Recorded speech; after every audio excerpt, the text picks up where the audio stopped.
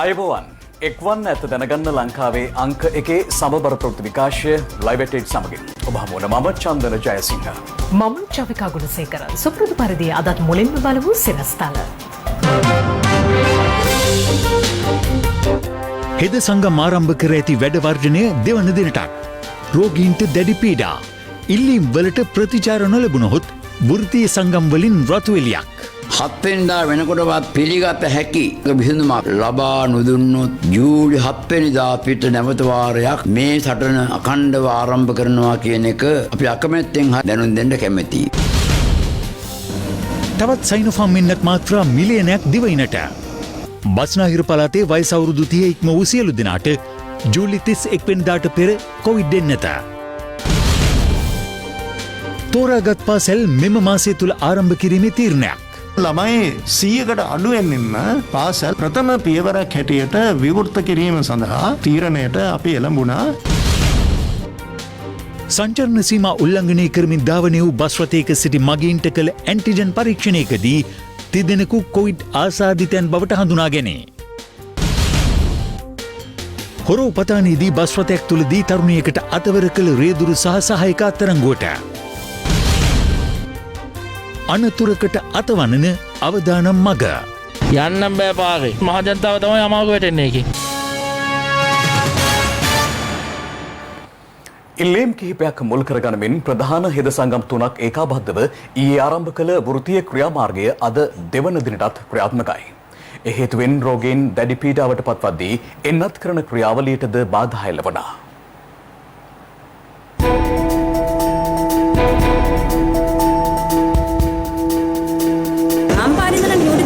ඇවිල්ලා බලනකොට ඉස්ටයික්ලු. මේකට බොන්න බෙහෙතුත් නැහැ. මේ තිය ලෙඩ වෙලා කියන්නේ ඉතින් අපි තමයි අසරණ වෙන්නේ ඉතින්. මේ ක්‍රියාමාර්ගය අතිසාර්ථකයි. මේ වර්ධනය මෙතනින් නවතින්නේ නැහැ. හැකි උපරිමේ සියලු රෝහල් වල උත්සාහය අපි දරනවා. ප්‍රවාහන සහ අතුරු දීමනා ලෙස රුපියල් 15000ක මුදල ලබා දීම, නිල ඇඳුම් දීමනා වැඩි කිරීම, හෙද ව්‍යවස්ථාව සංශෝධනය කිරීම, ශ්‍රේණිගත උසස් වීම් ලබා දීම ඇතුළු ඉල්ලීම් 9ක් මුල් කරගනිමින් දිවයිනේ රෝහල්වල සහ සෞඛ්‍ය ආයතනවල හෙද කාර්ය මණ්ඩල අසනීප නිවාඩු වාර්තා කිරීමේ පැය 48ක මෙම වෘත්තීය ක්‍රියාමාර්ගය ඊයේ පෙරවරු 7ට ආරම්භ කළා. රජයේ හෙද නිලධාරීන්ගේ සංගමය, සමස්ත ලංකා හෙද සංගමය සහ රාජ්‍ය සේවා එක්සත් හෙද සංගමය මේ වෘත්තීය ක්‍රියාමාර්ගයට එක්ව සිටිනවා.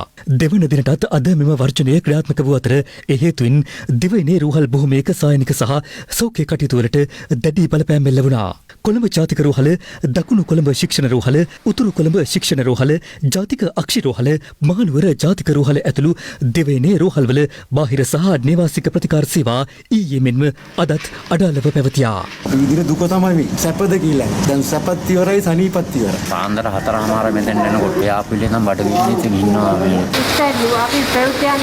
මෙයාවත් ඇහැරි ඉල්ලීම් කරන එක සම්පූර්ණයෙන් වැරදි රටේ තියෙන තත්ත්වයට එක්කලා. ඔය අද බෙහෙත් කරන්න ඕනේ බෙහෙත් කරන්නේ නැතුව හෙට අඳ වුණොත් වග කියනවාද නැහැනේ. ඒක දැන් පෞද්ගලික අංශයේ ඉඳලා ඉල්ලීම් කරා නම් කෙලින්ම ගෙදර. ඒ මිනිස්සුගේ අයිතිවාසිකම් ලැබුණොත් දැන් මිනිස්සු ලෙඩ බෙහෙත් ගන්න පුළුවන් වෙන්නේ. අපි ඒක මේ පැත්තක් බලන්න ඕන නේද? වඩු වැඩේද කොහොමද ජීවත් වෙන්නේ? මේ බඩු මිල වැඩි වෙන ඉතින්. බෙහෙත් නැහැ. බැරි මිනිස්සු රත්තිය දෙනවනේ මහත්තයා. ඒගොල්ලෝගේ ඉල්ලීම් ඉටු කරගන්න ගම අනිත් කට්ටිය ගැන බලන්න ඕනේ. කොරුණා ප්‍රතිකාර සිදු කරන රෝහල් සහ අත්‍යවශ්‍ය රෝහල් කිහිපයක හැර වර්ජනය ක්‍රියාත්මක කරන බවට වෘත්තීය සංගම් ඊයේ ප්‍රකාශ කළද කොරුණා ප්‍රතිකාර කරන රෝහල්වලටද වර්ජනය හේතුවෙන් බලපෑම් එල්ල වී තිබුණා.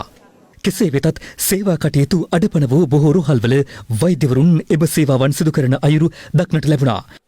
අම්පාර මහ රෝහලේ වෛද්‍යවරුන් ඊට මැදිහත්ව සිටියේ මේ අයුරින්. මේ අතර අද අලුයම උදරාබාධයකට ප්‍රතිකාර ගැනීම සඳහා කරාපිටිය ශික්ෂණ රෝහලට පැමිණි කාන්තාවක් බිලිඳකු ප්‍රසූත කර ඇති අතර ඊට වර්ජනය නිරත හෙදියන්ගෙන් වෛද්‍යවරුන්ට හිමි වූයේ නොමඳ සහායක්. හෙදියන්ගෙන් ලැබුණු සහාය හේතුවෙන් ගර්භණී කාන්තාව නිරුපද්‍රිතව දරුවා බිහි කර තිබෙනවා. මේ අතර කොවිඩ් එන්නත් කරන ක්‍රියාවලියටද මෙම වෘත්තීය ක්‍රියාමාර්ගයේ හේතුවෙන් ඊයේ සහ අද දිනෙත් බලපෑම් එල්ලවුවද වෛද්‍යවරුන් ඊට මැදිහත්ව කටයුතු කළා. මේ අතර කොළඹ ජාතික රෝහලේ වයස අවුරුදු 60ට වැඩි පුද්ගලයින්ට කොවිඩ් එන්නත ලබා දීම අද සිදු කිරීමට නියමිතව තිබුණද වර්ජනයේ හේතුවෙන් එන්නත්කරණය සිදු වූයේ නැහැ. රෝගියෙක් වැටලා ඉන්නවා. රෝගියාට ප්‍රතිකාර දෙන්න උත්සාහ කරනවා. මේ පිළිකා රෝගියෙක් කියලා තමයි වාර්තා වෙන්නේ. ඒගොල්ලෝ කියන්නේ බදුල්ල රෝහලේ කීමෝതെරපි යුනිට් එකේ එහෙම නැත්නම් පිළිකා ඒකකයේ කීමෝതെරපි හෙදිලින්දාරින් දුන්නේ නැහැ. ඒක නිසා වෛද්‍යවරු මැදිහත් වෙලා දෙන්න උත්සාහ කරා කියලා. එක කීමෝതെරපි ප්‍රතිකාරයක්වත් වෛද්‍යවරු මැදිහත් වෙලා දුන්නේ නැහැ. ඒගොල්ලෝ ගිහිල්ලා ලෙඩෙක් අල්ලගෙන ලෙඩා බිම දාලා රඟපෑවක් දාන්න දන්නේ නැහැ. රාජ්‍ය සේවා එක්සත් හෙද සංගමය පැවසුවේ ඊයේ දිනේ බලධාරීන් නිසි විසඳුම් ලබා නොදීම හේතුවෙන් අද දිනෙත් වර්ජනය ක්‍රියාත්මක කිරීමට තීරණය කළ බවයි. 7 වෙනිදා වෙනකොටවත් පිළිගත හැකි විසඳුමක් ලබා නොදුන්නොත් ජූලි 7 වෙනිදා අපිට නැවත වාරයක් මේ සටන අඛණ්ඩව ආරම්භ කරනවා කියන එක අපි අකමැත්තෙන් දැනුම් දෙන්න කැමැතියි. අපිට ආරංචි වුණා පෞත්‍රා දේවී සෞඛ්‍ය අමාත්‍ය විභාගයෙන් හම්බෙන්න ආවා. මොකද කිව්වේ? එතුමිය කිව්වා මේ මුදල් ප්‍රශ්නය මතුවලා තිබෙන්නේ. මෙන්න අපි මේක වෙනක කොහොම ඉෂ්ට කර ගන්න බලන්නම්. භාණ්ඩාගාරත් එක්ක සාකච්ඡා කරලා අපි තීන්දුවකට එන්නම් කියන මතය පමණයි එතුමිය දුන්නේ. අගමැතිතුමත් උදේ කතා කරලා කිව්වා පවිත්‍රණුන්ලත් කතා කරලා තිබුණා. මටත් කතා කරලා මේ ප්‍රශ්නේ දිග්ගස්සන්න නැතුව විසඳන්න කරන හොයන්න කියන උපදේශ අගමැතිතුමාගෙන් ඊයේත් ලැබුණා අදත් ලැබුණා සෞඛ්‍ය අමාත්‍යවරියට. මුත් අපිට දැනගන්න ලැබුණා මේකේ අතරමැගිය වෙලා යන සජීව වෛද්‍ය නිලධාරීන් සංගමයේ පහත් වැඩ කරන්න එපා කියන එක නම් මම වෛද්‍ය සංගමෙන් බොහොම කරුණාවෙන් ඉල්ලා හිටනවා. හෙද සංගම් සිදු කරන වෘත්තීය සමිති ක්‍රියාමාර්ගය සම්බන්ධයෙන් රජයේ වෛද්‍ය නිලධාරීන්ගේ සංගමය අද පැවති මාධ්‍ය හමුවකදී මෙලෙස අදහස් පළ කළා. දැන් වෘත්තීය සමිතියකට තමුන්ගේ සමාජිකත්වයේ ගැටලු ගැන කතා කරන්න තියෙන අයිතිය සහ ඒ වගකීම කියන එක ගැන අපේ කිසිදු ගැටලුවක් නැහැ. අවුරුදු ගණනාවක් තිස්සේ ඉල්ලා සිටි ප්‍රතික්ෂේප වූ නැවත නැවත ප්‍රතික්ෂේප වූ රජයන් කීපයකින් ප්‍රතික්ෂේප කළා වූ යෝජනා මාලාව නැවතත් එනවා කරලියට. වසංගතයක් ඇසුලේ. ඒතර වසංගතේ පාවිච්චි කළා හරි කමන්නේ. තමුන්ට ඒ හැකියාව ලබා දීලා නැති ජොබ් එක කවුරු හරි ගන්න යනවා නම් එතන වෙනත් අරමුණු තියනවා කියන එක තමයි අපිට තේරෙන කාරණය. මොකද එහෙම නොවුනා නම් ඔය ඉල්ලීම් අවුරුදු 30 40 පරණ වෙන්න විදියක් නැහැ. හෙදියන්ට කොහොමද වෛද්‍යවරුන්ගේ අයිතිවාසිකම් ලබා ගන්න කියලා සටනකට ගෙනහිල්ලා තමන්ගේ දේශපාලනික හෝ තමන්ගේ පෞද්ගලික න්‍යාය පත්‍රයන් ඉෂ්ට කර ගන්න තමයි මේ පිරිස උත්සාහ කරන්නේ. අද දවසේ හෙදියගේ වෘත්තීය ගරුත්වය මේ හෙද සංගම විසින් නැති කරලා තියෙනවා. සමහර ඔය වෘත්තීය සමිති නායකයින් ඉන්න සමහර ශාඛාවල එන්නත් කරන වැඩපිළිවෙලට බාධා කරද්දී වෛද්‍යවරුන්ට හැකියාව ලැබිලා තියෙනවා. මේ රටේ අවුරුදු 60ට වැඩි ජනතාව එන්නත් කරන වැඩපිළිවෙලේ වාර්තා තියමින් මේ එන්නත් කරන වැඩපිළිවෙල ගෙනියන. චීනයේ නිෂ්පාදිත සයිනෝෆාම් එන්නත් මාත්‍රා තවත් මිලියනයක් අදාළුයම දිවයිනට රැගෙන ආවා. මේ අතර තවත් COVID-19 ආසාදිතයින් 1102 දෙනෙකු මෙරටින් වාර්තා වූ බව යුද හමුදාපති ජෙනරල් ශවේන්ද්‍ර සිල්වා මහතා සඳහන් කළා. ඒ අනුව මෙරටින් වාර්තා වී ඇති සමස්ත COVID-19 ආසාදිතයින් සංඛ්‍යාව 2,62,074ක් දක්වා ඉහළ ගියා. COVID-19 මර්ධනය සඳහා මෙරට භාවිතයට ගැනෙන චීනයේ නිෂ්පාදිත සයිනෝෆාම් එන්නත් මාත්‍රා මිලියනයක් අදාළවම 4:20ට පමණ කටුනායක ජාත්‍යන්තර ගුවන්තොටුපළින් මෙරටට රැගෙන ආවා. ඒ චීනයේ බීජිං නුවර සිට මෙරටට පැමිණි ශ්‍රී ලංකන් ගුවන් සේවයට අයත් ගුවන් යානයකින්. එම එන්නත් මාත්‍රා තුගේ සෞඛ්‍ය අමාත්‍යාංශයේ මධ්‍යම බෙහෙත් ගබඩාවට රැගෙන ඒමටයි පියවර ගැනුණේ. මේ අතර උසස් අධ්‍යාපනය සහ වැඩිදුර අධ්‍යාපනය සඳහා විදේශගත වන පුද්ගලයන්ට විදේශගත වීමට පෙර සයිනෝෆාම් එන්නත ලබා දීමට විශේෂ වැඩසටහනක් සැලසුම් කර තිබෙනවා. එවැනි සිසුන් පූර්ව ලියාපදිංචි වීමක් සිදු කළ යුතු අතර එලෙස ලියාපදිංචි වීමට අද සිට අවස්ථාව හිමි වෙනවා. ඒ සඳහා www.army.lk/covid19 වෙබ් අඩවියට ඇතුළු වී ලියාපදිංචි විය හැකියි. එලෙස ලියාපදිංචි වීමෙන් අනතුරුව දින දෙකක් තුළදී SMS පණිවිඩයක් මගින් එන්නත් කරන දිනය, වේලාව සහ ස්ථානය දැනුම් දෙනු ඇති. COVID-19 ආසාදිතයන් 1883 දෙනෙකු ඊයේ මෙරටින් වාර්තා වූ අතර ඉන් 1815 දෙනෙකුම අලුත් අවුරුදු පොකුරට අදාළ වාර්තා වූ ආසාදිතයන්. සිසු ආසාදිතයන් 68 දෙනා විදේශගතව සිට මෙරටට පැමිණ නිරෝධායනයට ලක්වන පුද්ගලයන් අතරින් හඳුනා ගැනුණා. ඊයේ වාර්තා වූ ආසාදිතයන්ගෙන් වැඩිම පිරිසක් හඳුනාගත්තේ ගම්පහ දිස්ත්‍රික්කයෙන් වන අතර එම සංඛ්‍යාව 342ක්. මේ මොහොතේ අපිට තියෙන්නේ අඩුවීමේ ප්‍රවණතාවයක්. මම හිතනවා මේ ප්‍රවණතාවය දිගටම පවත්වාගෙන යන්න අපිට පුළුවන් වෙයි කියලා. හැබැයි මේක සම්පූර්ණයෙන් තීරණය වෙන්නේ අලුත් පොකුරු මතුවෙනවාද නැද්ද කියන එක මත. කොටගල සෞඛ්‍ය වෛද්‍ය නිලධාරී කොට්ටාශයේ COVID-19 ආසාදිතයන් 16 දෙනෙකු හඳුනාගෙන තිබෙනවා.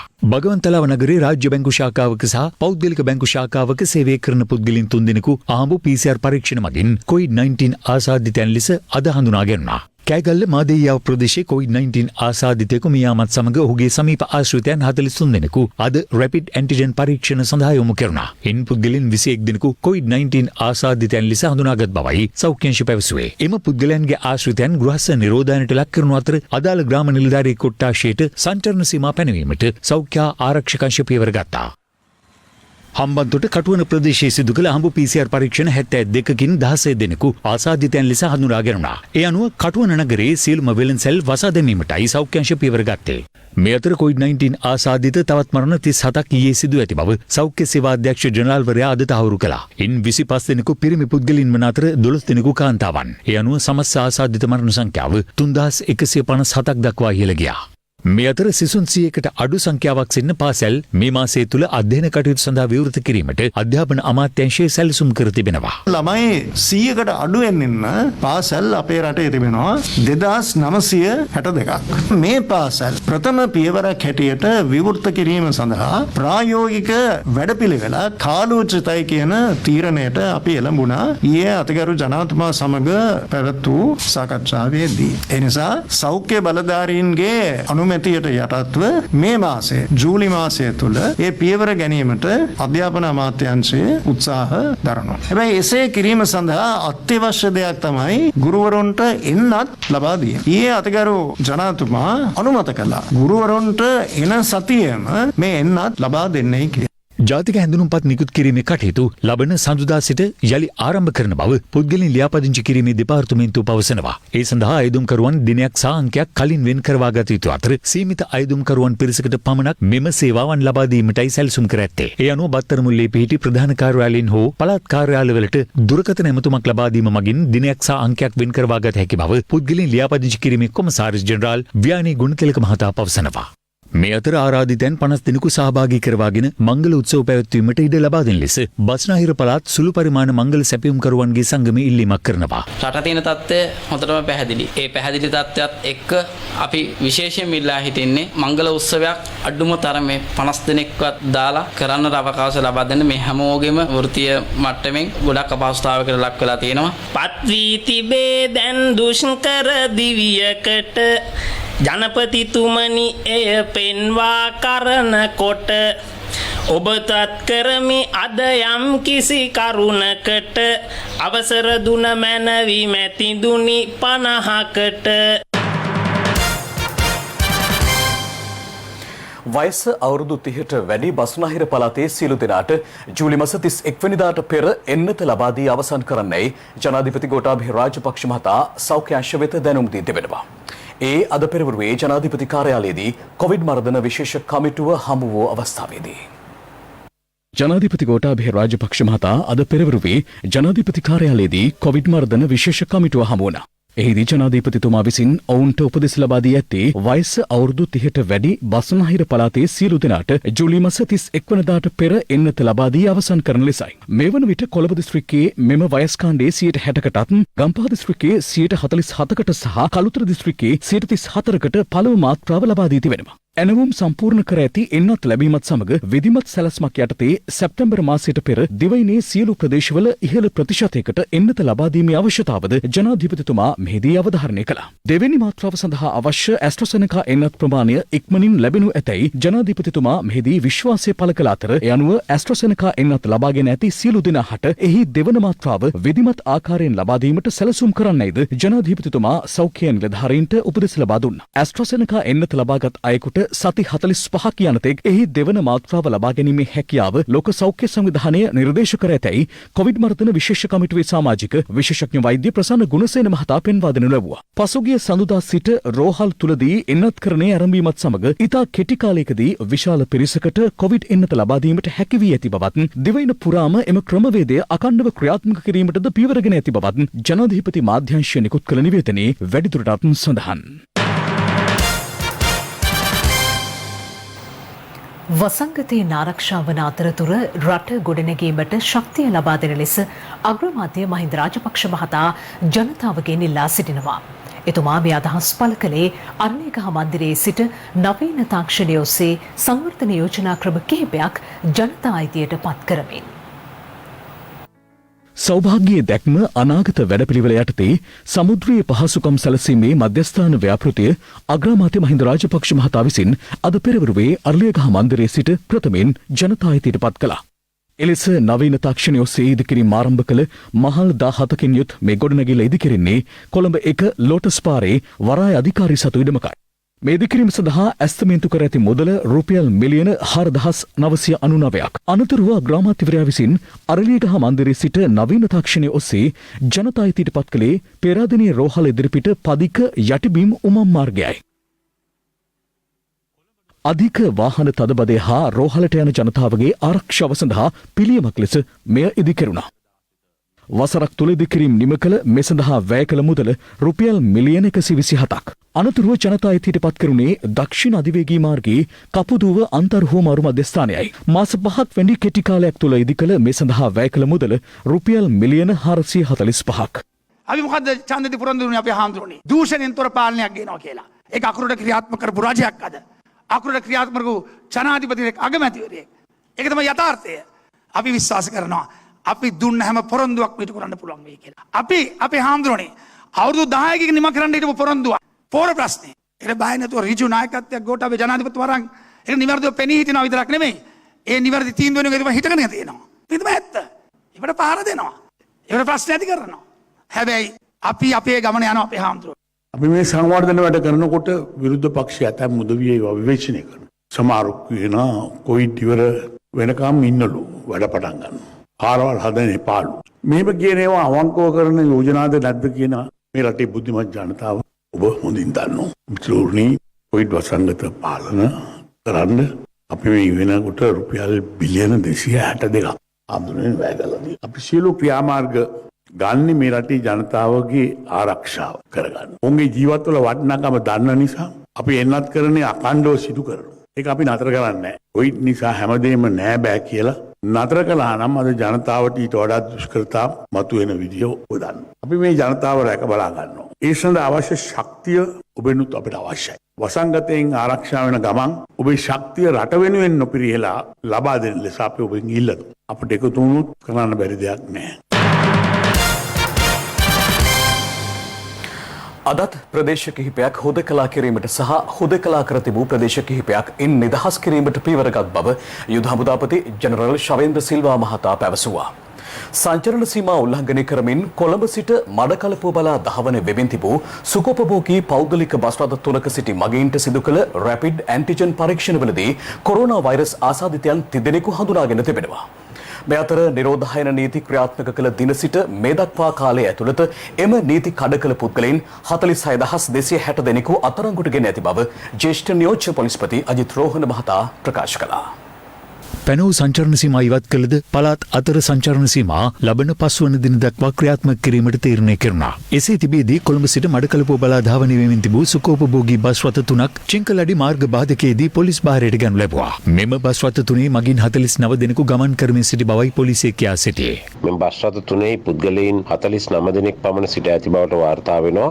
එම බස් රථවල රියදුරන් තිදෙනා සහ සහායකින් තිදෙනා පොලිස් අත්අඩංගුවට ගෙන තිබෙන අතර එම බස් රථ 3ද පොලිස් භාරයට ගෙන තිබෙනවා. මෙම බස් රථවල සිටි පුද්ගලයන් 49 දෙනා රැපිඩ් ඇන්ටිජන් පරීක්ෂණ සඳහා යොමු කර ඇති අතර එයින් එක් බස් රථයක ගමන් කළ 30 දෙනෙක් කොවිඩ් ආසාදිතින් බවට හඳුනාගෙන තිබෙනවා. මෙම බස් රථයේ ගමන් කළ ඉතිරි 17 දෙනා සෞඛ්‍ය බලධාරීන් විසින් නිරෝධායන ක්‍රියාවලිය සඳහා යොමු කර ඇති බවට වාර්තා වෙනවා.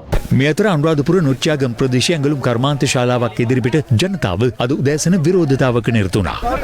ඔයාලා මොකද කියන්නේ? හරිනේ ගමේ තමයි. ගමේ ඉන්න මෙවක කරගෙන ඉන්න ඕනේ. ඊට හේතු වී ඇත්තේ නිරෝධායන නීති කඩ කරමින් ඇඟලුම් කර්මාන්ත ශාලාවේ සේවකයන් සේවයට කැඳවීම නිසා ප්‍රදේශීය ජනතාවට කොරෝනා අවදානමක් පැවතීමයි. ආයතනයේ ගමට සම්පතක්. නමුත් ආයතනයේ ගමට සම්පතක් වුණාට ආයතනයේ හින්දා ගම අවදාන ඒ අවදානම බේරලා දෙන්න දින 14කට හරි මේක වහලා දෙන්න. මේ අතරතුර කුඩා දරුවෙකු යොදවා රන් ආභරණ කොල්ල කෑමේ ජාවාරමක් අනාවරණය කර ගැනීමට කොටුව පොලිසියට හැකි වුණා. එකම පවුලේ පිරිසක් පස් හැවිරිදි දියණිය යොදාගෙන මෙම කොල්ල කෑම සිදු කර ඇති බවයි පොලිසිය කියා සිටියේ. පුතා ඔයා අකුරු ලියනවද එහෙම? කොහොමද දුවේ? කවුද එවන්නේ පුතේ? ටීචර්. ඔයා හැමදාම මේවා කරනවද? ඔයාලට අකුරු ලියන්න එහෙම පුළුවන්? පිටකොටුව ගෑස් පහන්දිය රන්ආභරණ වෙළඳසැලකින් රුපියල් ලක්ෂ 3ක් වටිනා රන් මාලයක් සොරකම් කිරීම සම්බන්ධයෙන් සිදු කළ මූලික පරීක්ෂණවලදී මෙම පිරිස අත්අඩංගුවට ගෙන තිබෙනවා. වෙළඳසැලින් අදාළ දරුවා රන් මාලය පැහැර ගන්න ආකාරය ආරක්ෂිත කැමරාවක සටහන්ව තිබුණේ මෙලෙසින්.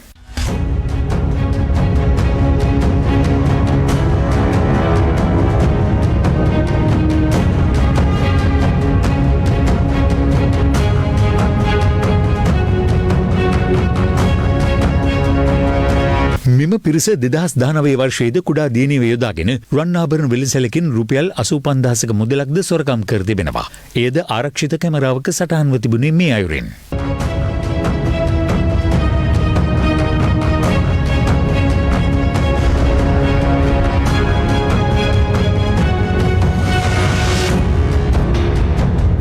කුඩාවෙල්ල සහ මිරිස මුහුදු ප්‍රදේශවලදී මීට මාස කිහිපයකට පෙර හෙරොයින් මද්‍රව්‍ය කිලෝග්‍රෑම් 118ක් සොයාගත් අතර ඊට සම්බන්ධ සැකකරුවන් සොයා පුළුල් විමර්ශනයක්ද ආරම්භ කර තිබෙනවා. මෙම විමර්ශනවලදී අනාවරණය කරගත් තොරතුරු වලට අනුව මද්‍රව්‍ය තොගයක් සමග අත්අඩංගුවටගෙන මේ වන විට බන්ධනාගාරගත කර සිටින කසුන් චාමර නැමැති සැකකරුට අයත් සුපිරි වෙළඳසැලක් අද පරීක්ෂාවට ලක් කෙරුණා. මේ අතර පුද්ගලයන් දෙදෙනෙකුට ඇනගසා වදහිංසා පැමිණ වූ බව කියන කපු මහතෙකු ඇතුළු තිදෙනෙකු ලබන 9 වෙනි දින දක්වා රක්ෂිත බන්ධනාගාරගත කෙරුණා. සමාජ ජාල මාධ්‍ය ඔස්සේ සටහනක් පළ කිරීමට උරණ වූ කපු මහතෙකු විසින් එම සටහන පළ කළ පුද්ගලයන් දෙදෙනාට මීට දින කිහිපයකට පෙර ඇනගසා වදහිංසා පමුණවා තිබුණා.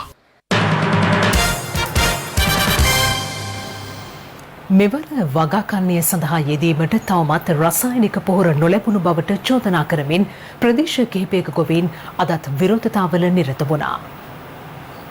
සිය භෝග වගාවට යෙදීමට රසායනික පොහොර ලබා දෙන ලෙස ඉල්ලමින් වැලිමඩ සානුවේ අර්තාපල් සහ එළවලු ගොවීන් බොරලන්ද නගරයේදී විරෝධතාවක නිරත වූ අතර සමස්ත ලංකා ගොවිජන සම්මේලනය එම විරෝධතාව සංවිධානය කර තිබුණා. කුරුණෑගල ගල්ගමු නගරයේදීද පොහොර හිඟයට විසඳුම් ඉල්ලා අද සමගි ජන බලවේගයේ විරෝධතාවක් සංවිධානය කර තිබුණා.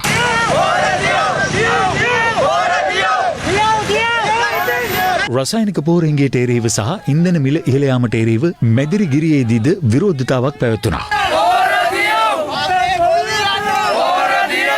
තම ගොවිබිම් වලට පොහොර ලබා දෙන ලෙස ඉල්ලමින් බදුල්ල ඌවපරණගම ප්‍රදේශයේදී ගොවීන් පිරිසක් විරෝධතාවක නිරත වූයේ ඉඹුල්ගස් හින්න විල්යායේදී.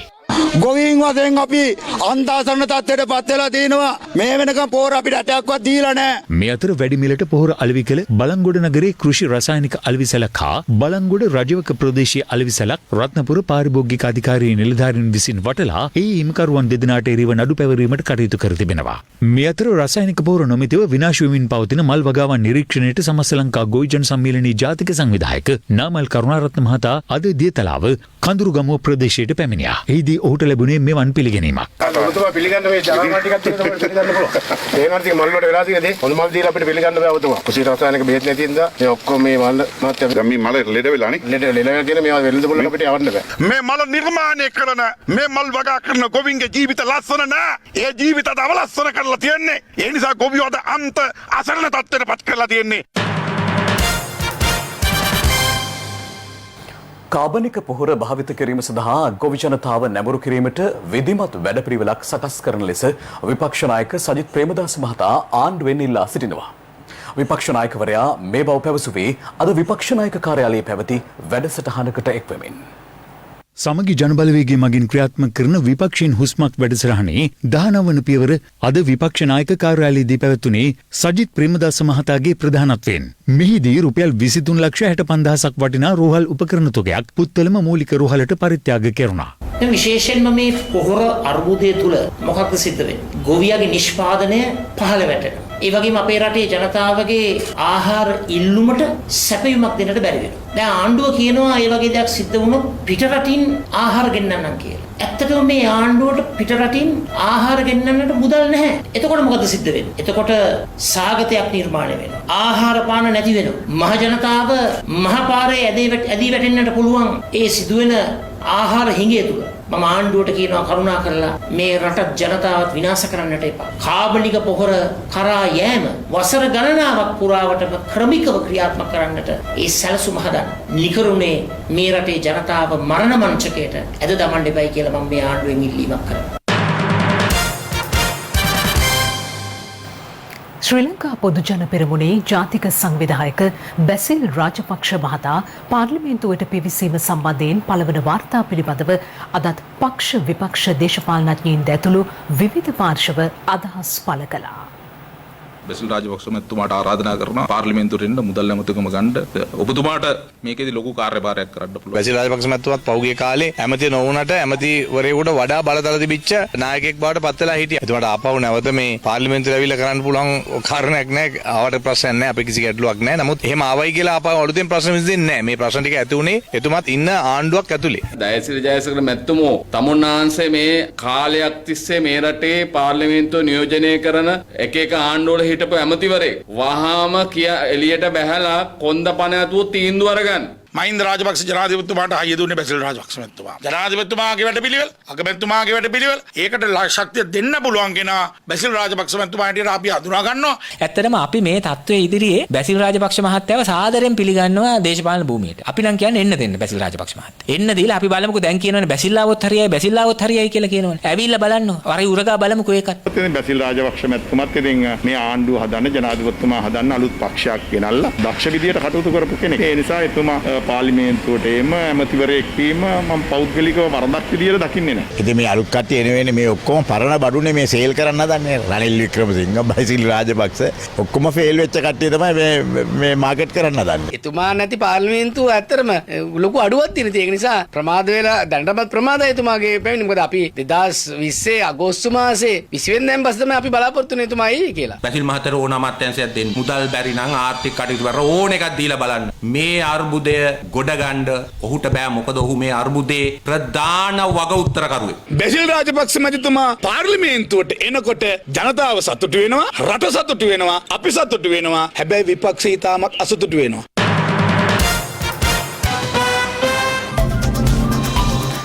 කොවිඩ් ව්‍යසනය හමුවේ සරණක් අවශ්‍ය අය හට සහන සැලසීමේ කටයුතු වල අප පසුගිය දින කිහිපෙම නිරත වුණා.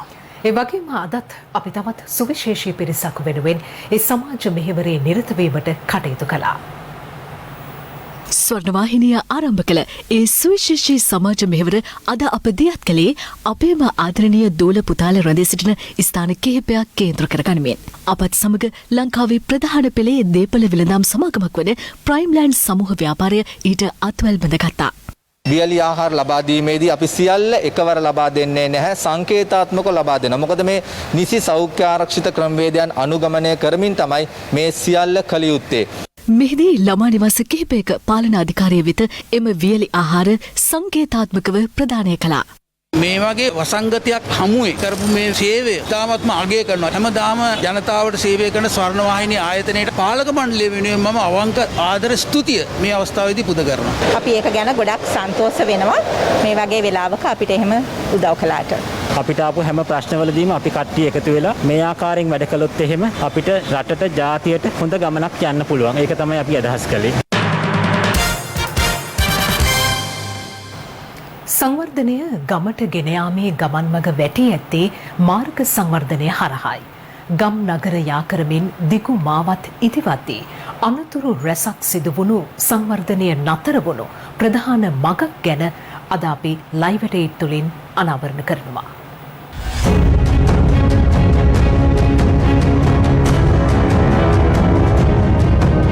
මිනිස් ජීවිත 14ක් බිලිගනිමින් පස්සර 10කණුව ප්‍රදේශයේදී මෙම මාරකරය අනතුර සිදු වූයේ පසුගිය මාර්තු මාස 20 වනදායි. එම මාර්ගය සංවර්ධනය කිරීමේදී මාර්ගයට පෙරළී තිබූ විශාල ගල් කොටස මාස ගණනාවක සිට ඉවත් නොකර තිබීම හේතුවෙන් එදා ඒ අනතුර සිදු වූ බව ප්‍රත්‍යක්ෂ වුණා. එම බිහිසුණු අනතුර සිදු වූ බිබිල බදුල්ල මාර්ගයේ සංවර්ධන කටයුතු වසර ගණනාවකට පෙර ආරම්භ කර තිබූ අතර සමස්ත මාර්ගයෙන් කොටසක සංවර්ධන කටයුතු ඉතා විධිමත් ආකාරයෙන් සිදුව තිබුණත් බිබිල සිට ලුණුගල දක්වා කොටසේ සංවර්ධන කටයුතු මේ වන විට ඇන හිට තිබෙනවා. කඳු හා තද බැවුම් සහිත මාර්ගයේ දැඩි දුහවිල්ලෙන් නැහැවී විශාල වලවල් මතින් හිම්බත් වී ගමන් කරන ප්‍රදේශවාසීන් පවසන්නේ මෙම කොටස ප්‍රසංස්කරණය කළ කොන්ත්‍රාත් සමාගම එම වැඩ අත්හැර දමා ඇති බවයි. සංවර්ධනය කියලා මේ බෝඩ් එක ගහලා තියෙන අවුරුදු 4කට කලින් තමයි මේ සංවර්ධනය නතර වෙලා තියෙන්නේ. එම මාර්ගයේ වාහන ධාවනය අතුරේ යනවා හා සමාන අතිශය දුෂ්කර කටයුත්තක්. හැමදාම ඉතින් ලෙඩම තමයි. හැමදාම ගෙරිච්ච ගානේ තමයි. මගේ මහත්තයා ලෙඩ වෙලා ගිය වාහනයක් හොයාගන්න බැරි වුණා. ගෙනියන්න ඇයි කැමති නෑ. මාර්ගයේ සංවර්ධනය කෙරෙමින් පවතින බවට දැක්වෙන පුවරු තැන තැන සිටුවා තිබුණා. ඒවා නමට පමණක් සීමා වෙලා. එදා පස්සර අනතුර සිදු වූ ස්ථානයටත් වඩා භයානක වංගු සහිත ස්ථාන මෙම මාර්ගයේ පිහිටා තිබීමම මෙම මාර්ගයේ දුෂ්කරතාව මැනවින් කියා පාන්නා. යන්නම් බෑ පාරේ. නැත්නම් මේ මිනිස්සු පාර හදන්න ඕනේ. නැත්නම් පුළුවන් කම්පැනි එකට හරි දෙන්න ඕනේ මේක හදන්න කියලා. මිනිස්සු මහ ජනතාව තමයි අමාරු වෙටෙන්නේ ඒකේ. දහසේ හැවිරිදි බාල වයස්කාර දැරියක් තියුණු ආයුධවලින් කපා කොටා බරපතල තුවාල සිදු කළ තරුණයෙකු සොයා දඹුල්ල පොලිසිය විශේෂ මෙහෙයුමක් ආරම්භ කර තිබෙනවා. මේ අතර හොරෝපතාන ප්‍රදේශයේ පෞද්ගලික බස් රථයකින් ගමන් කරමින් සිටි 19 හැවිරිදි තරුණියකට ලිංගික අතවර කළ පුද්ගලයන් දෙදෙනෙකු අත්අඩංගුවට ගැනීමට පොලිසියට හැකි වුණා. අධ්‍යයන පොදු සාතික පත්‍ර සාමාන්‍ය පෙළ විභාගයට පෙනී සිට ප්‍රතිඵල අපේක්ෂාවෙන් සිටින මෙම තරුණිය මේ වන විට පෞද්ගලික වෙළඳසැලක తాවකාලිකව රැකියාවක නිරතව සිටිනවා. තම රාජකාරී නිම කර නිවසට යාම සඳහා බස් රථයකට ගොඩ වූ මෙම තරුණිය බස් රථයේ රියදුරාගෙන් සහ රිය සහායකවරයාගෙන් ලිංගික අතවරයට ලක්ව තිබෙනවා. මොකද මම හැමදා ඒ මාමලා දන්නවා අඳුරනවා හොඳට බීලා ඒගොල්ලෝ හිටියේ බස් එකේ එන ගමන් ඉතින් මට කරදර කරා කොන්දස්තර කෙනා තමයි ගොඩක් කරදර කරේ. පසුව මේ පිළිබඳව දුරකථනය ඔස්සේ තම ඥාතියෙකුට දැනුම් දීමට ඇය පියවරගෙන තිබුණා. බීම දිග බඩ ගාගෙන තමයි බස් එකෙන් බැස්සේ. බහැලා මේ දුවගෙන එනකොට එළවලු නැන්ද කෙනෙක් තිබියා. ඊට පස්සේ නැන්ද මට වතුරේ හියලා ලොරියට නංගවලා ඒ නැන්ද මාව ගෙනත් දැම්මා. පසුව මෙම තරුණිය විසින් මේ පිළිබඳව හොරෝපතාන පොලිසියට පැමිණිලි කිරීමටද කටයුතු කර තිබෙනවා. මේ අතර දඹුල්ල මනම්පිටිය මැණික් දෙන ප්‍රදේශයේ 16 වසරේ බාල වයස්කාර දැරියකට තියුණු ආයුධ වලින් කපා කොටා බරපතල තුවාල සිදු කළ බව කියන තරුණයෙකු සොයා දඹුල්ල පොලිසිය විශේෂ මෙහෙයුමක් ආරම්භ කර තිබෙනවා.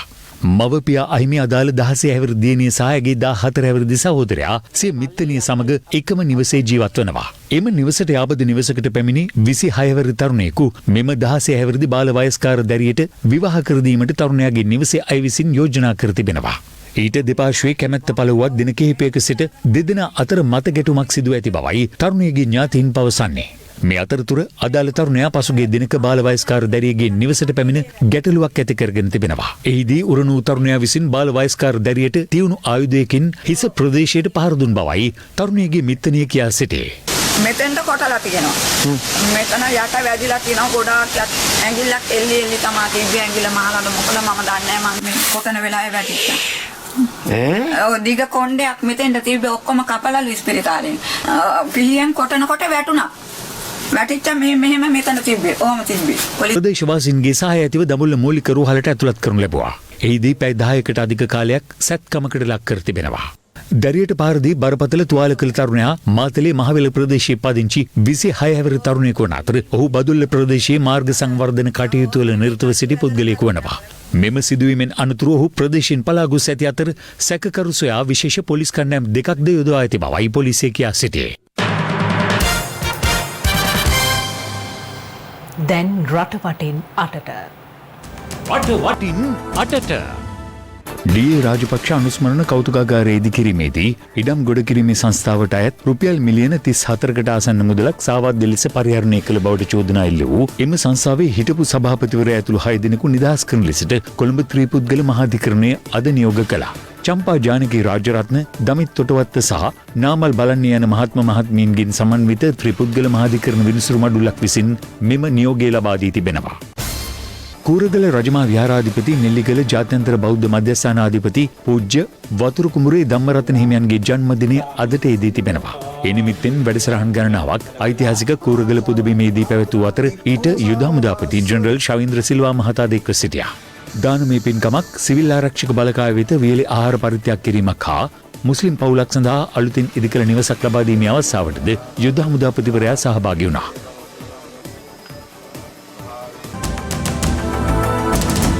This is Live at 8. දැන් ක්‍රීඩා පුවත්.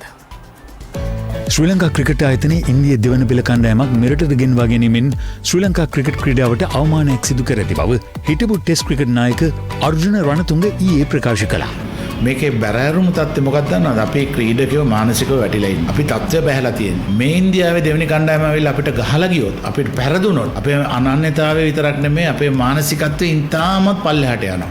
මේ සම්බන්ධයෙන් ශ්‍රී ලංකා ක්‍රිකට් ආයතනය නිවේදනයක් නිකුත් කරමින් පෙන්වා දෙන්නේ දිවයිනට පැමිණි ඉන්දිය ක්‍රීඩකින් 20 දෙනෙකුගෙන් සමන්විත සංචිතයේ ක්‍රීඩකින් 14 දෙනෙකුම ජාත්‍යන්තර ක්‍රිකට් ක්‍රීඩාවේ නිරත වී ඇති බවයි. එම නිසා ඔවුන් කිසිසේත්ම දෙවන පෙළ කණ්ඩායමක් නොවන බවත් ශ්‍රී ලංකා ක්‍රිකට් ආයතනය එම නිවේදනයෙන් සඳහන් කළා. මේ අතර සංචාරක ඉන්දිය කණ්ඩායම කොළඹ SSC ක්‍රීඩාංගණයේදී අද පුහුණුවීම් ආරම්භ කළා. අද පුහුණුවීම් ආරම්භ කළ ශිඛර් ධවාන්ගේ නායකත්වයෙන් යුත් ඉන්දිය කණ්ඩායමේ ප්‍රධාන පුහුණුකාරීත්වය දරන්නේ හිටපු ඉන්දිය ප්‍රවීණ ක්‍රීඩක රාහුල් ද්‍රාවිඩ්. ඔවුන් ශ්‍රී ලංකාව සමගින් එක්දින තරඟ 3කට සහ 20 තරඟ 3කට එක්වීමට නියමිත අතර එම සියලු තරඟ කොළඹ ආර් ප්‍රේමදාස ක්‍රීඩාංගණයේදී පැවැත්වීමට නියමිතයි. දෙරට අතර පළමු එක්දින තරඟය ලබන 13 වෙනිදා ආරම්භ වීමට නියමිතව තිබෙනවා. ඒ සමගින් අද අප සමුගන්නවා. සුබ රාත්‍රියක්. සුබ රාත්‍රියක්.